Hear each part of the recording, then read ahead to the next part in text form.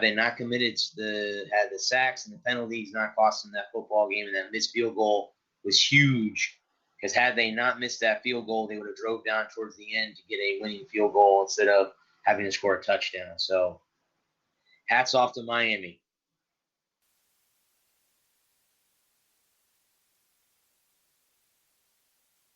Which game are you going to lose, Rich, on the schedule?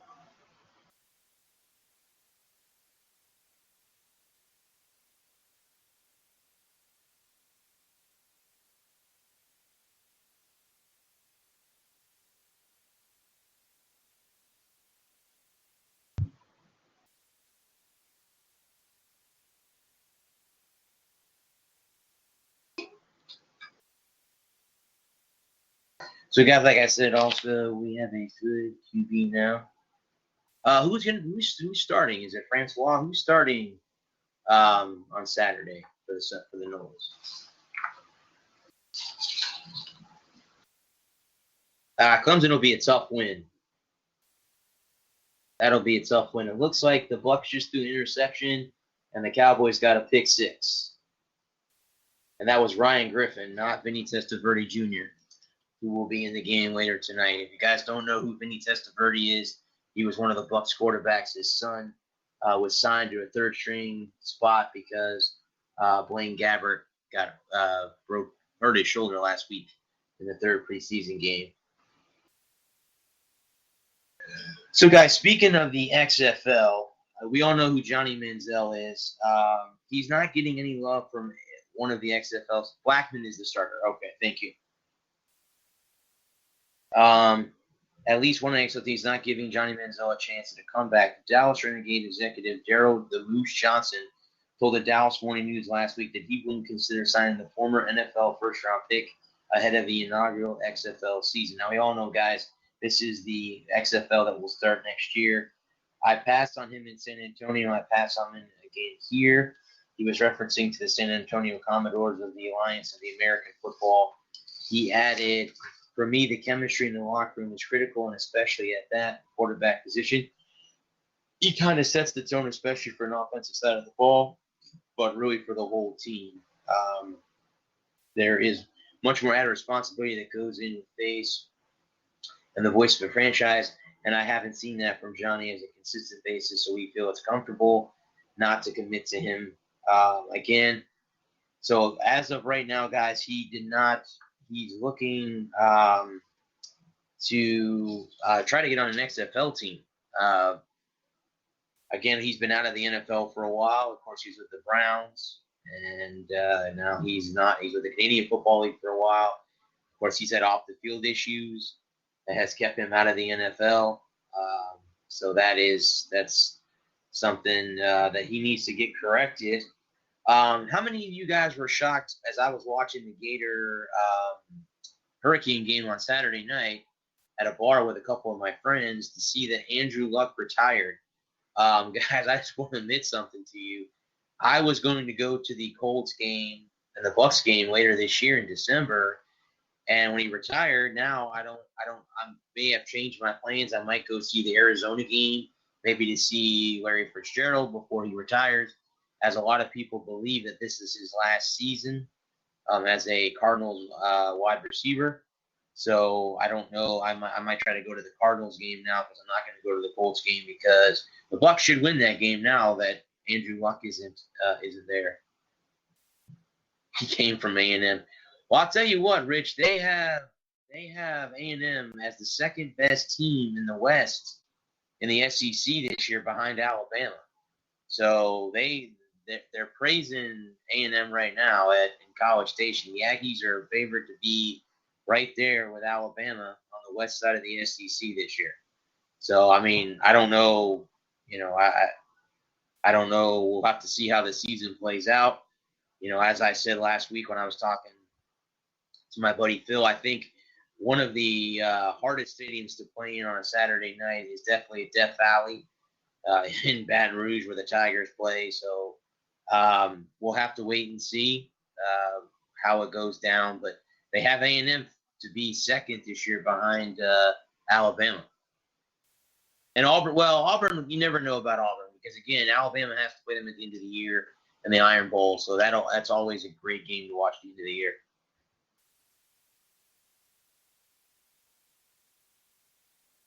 So Andrew Luck retires, guys. So, of course, a lot of people ask, well, why? What happened? He was physically – he said that he didn't like to play football no more. I say LSU as well. He couldn't play no more. Well, Barry Sanders came out and commented on Andrew Luck's retirement. Of course, if you guys know, he roughly retired after 10 years in 1999 from the Lions. It's a personal decision, Sanders told the newspaper. It's extremely difficult for Luck. You could tell just listening to his press conference. He's a bright, sharp young man. He's got many great options, I would assume, but it's tough for everyone involved. I think he handled it about as well as you could. The Daily News noted that Sanders simply faxed the Wichita Eagles in July, pointing out his decision to retire stemmed from his lack of desire to keep playing football. When it was revealed his decision to trade or let key players go has influenced his decision. So, guys, I mean, he retired, stepped away. Barry retired. I think a lot of things will say this. I really think, to be honest with you, the Jaguars win the South. Okay, Adam, I don't blame him either. I really don't. I don't have any record. I don't have anything that would upset me in any way, shape, or form. All right, guys, let me bring on my man. What's up, Lewis? How are you? Good. How are you? All right. Well, we got right now during the first full week of college football. Despite that some people think that last week was week 0. Week 0. Week 0. Give me a break. There is no preseason in college football. Nope. No, there is not. There's no crying in baseball. There's no preseason in college football or basketball. There you go. The Gator Hurricane game was too close for me, Lewis, because I also cover the Gators, so it was really closer than I thought it was myself. Right. Yeah, I actually enjoyed that game. Although I did say it was a little sloppy, but you know what? The first week of the season, you expect it to be kind of sloppy. They're trying to get back into the rhythm and stuff, so it wasn't anything unusual from what I saw. I really, in all honesty, thought that it was a very interesting game. I mean, I thought that's how the college football season should start. It's not going to be, perfect game right off the get-go. So, I mean, anyone that called it also, it's also referred to as the cream puff schedule. Well, yeah, the Gators normally do start off with a couple they do start off with easy schedule, but this year, I'm not going to consider the Hurricanes that particularly creamsicle. They're not an easy team to beat. What that usually means is, okay, you take a team like Florida, which was ranked in the top 10, and you have them play like a team from, like, say, Duluth, Minnesota, or for my area, you can say like Florham Park, New Jersey. Ooh boy, I'm gonna get rest for that. I live only 10 minutes from there, so you get the idea. Right. Like a Division 1A school playing against a Division double 1A school or Division 2. That's what I mean with the cream puff. You think it's gonna be a cakewalk. Most of the time it is, but there are those rare occasions where they can make the game interesting. Mm-hmm. Yeah, I think the Gators have a cream puff next week. Next Saturday. And that would be Townsend, I think, is who they play next week. So yeah, it's some cream puff. They play at home.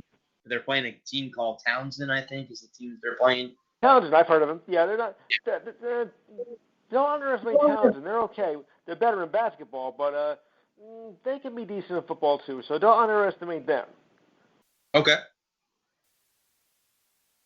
Townsend isn't too bad.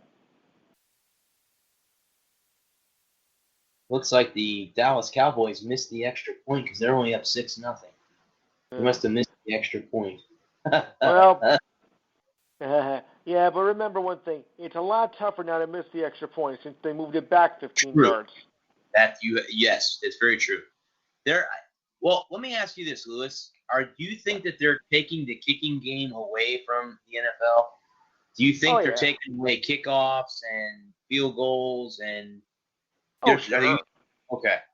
Okay, I agree with you. I since they moved the kickoff forward, you can't do kick returns anymore. They move the extra point back. You know, Anything to complicate the game, though. That's the way I look at it. They're just trying to make it look more correct, complicated than it actually is. correct. Come on, leave the game alone. Go back to the way it was. I agree. I mean, I can think back to when the NFL, you always wanted to, a team would draft a kick returner late in the draft, and you'd Yeah. love to see them return kicks. I thought that was always a good thing. And then they took, like I said, since they moved the kickoff, up, and now they don't have the kick return anymore, Yeah. and they moved the extra point back. So now are they kind of forcing everyone to go for 2 points?